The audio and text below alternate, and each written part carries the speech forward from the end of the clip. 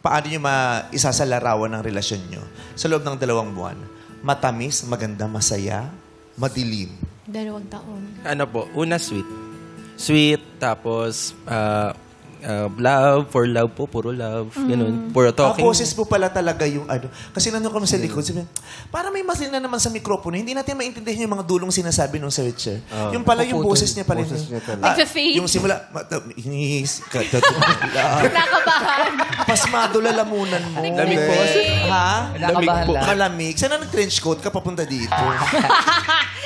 Oo. Feeling ko So, may... audio, hindi pala kayo may... Siya pala yun.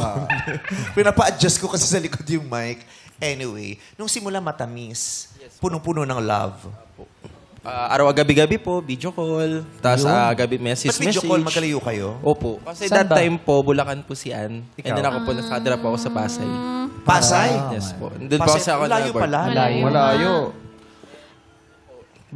Para ma-communicate po kami. Kasi sa work ko po kasi hindi naman lagi may time po. Tapos kasi lagi kaming province. Kaya ang ginagawa po, mas pinaka-better na communication namin, video call po. Yun. Messenger, gano'n. Pero sa isang buwan, ilang beses kayo nagkikita ni Ann? Sa pag-free time po, 3 months, mga 6 months, ganun po. Ha? Sa isang Once buwan? in 3 months, gano'n? Ganun po. Oh, tagal din ha. mahirap na. Puro video call lang. Mahirap. Saan kayo mahirap. nagpupunta Parang- naman kapag nagkikita kayo? Sa NLEX lang. Sa Select. Kita tayo sa Select. Kasi sabi, let's meet halfway. Okay, Select, NLEX. Ganon. Saan kayo nagpupunta kapag nagkikita kayo? Siyempre. Pinaka-favorite po kasi namin po is mga simbahan po.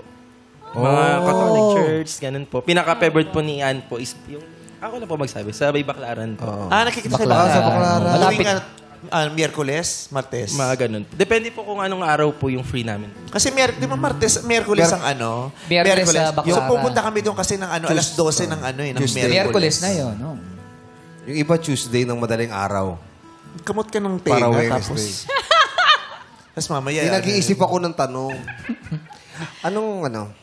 Yun lang bang simbahan pinupuntahan niya? Ano po, more on po sa mga... Lapit sa'yo, Pasay Kaya ka. nga. Opo, malapit po. Tapos Tapos may may laya. si Ang Ann. laya nito. may Oo. motor naman po. May motor naman eh. Bumabiyahe Sino may naman. motor? Ako po. Kaya nga, ikaw na may motor, doon ka pa sa malapit. Sana siya... Hindi nga, Bulacan na nga yung sinusundo. Sinundo pa? Tapos napunta Punta ron. Baclaran? Tapos para mas malawatagal yung ano. Napagod Kahit yun. na, layo nun. Di na... What about the pollution by the motor?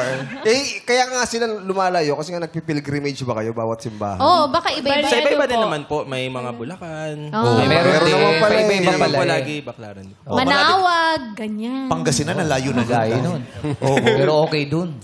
Oh, marami magagandang ano sa simbahan sa Bulacan. Ang sweet naman ng Diba? date na yun. Saan man nanumpa si Erap dati?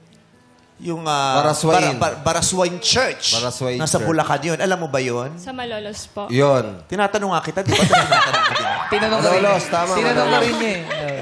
Baraswain Church. Oo. Maliligaw ka ron eh.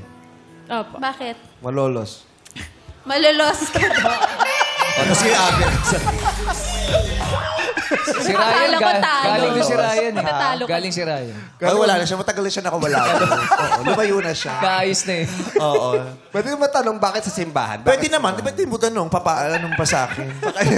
Utos mo pa sa akin. Pwede mo bang itanong? Rekta mo na, Paper, tol. paper. Pwede ko nga matanong bakit sa simbahan gusto niya lagi nagkikita. Ano po, kasi naniniwala kami na once po na ang relationship is malapit po sa Diyos, mas nagiging matatag. Ganun.